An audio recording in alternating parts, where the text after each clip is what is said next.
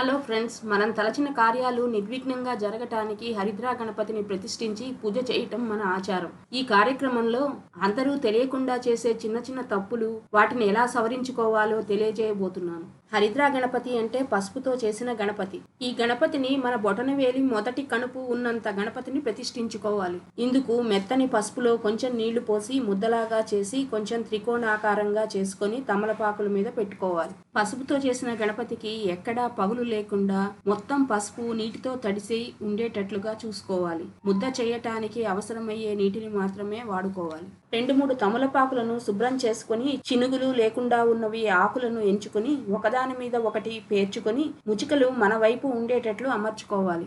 ఇప్పుడు ఇలా చేసిన గణపతిని ఆకుల మధ్య భాగంలో అమర్చుకోవాలి. ఇంకా ఈ గణపతికి బొట్టు పెట్టి తెలియకుండా చేసే తప్పుల గురించి తెలుసుకుందామా?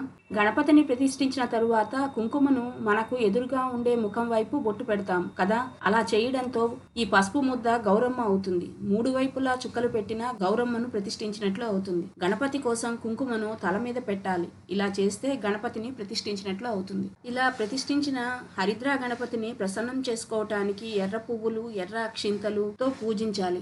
ఉద్వాసన చేసిన తరువాత ఈ గణపతిని తెలియక చాలా మంది నీటిలో కలపటం, తులసి కోటలో పెట్టడం వంటివి చేయకూడదు. ఆడవారు ఈ గణపతిని ముఖానికి రాసుకోవటం, నలుగు పెట్టడంలో వాడుకోవాలి. ఇలా చేయటం వల్ల గణపతి సంతోషిస్తాడు, సౌభాగ్యాన్ని ప్రసాదిస్తాడు.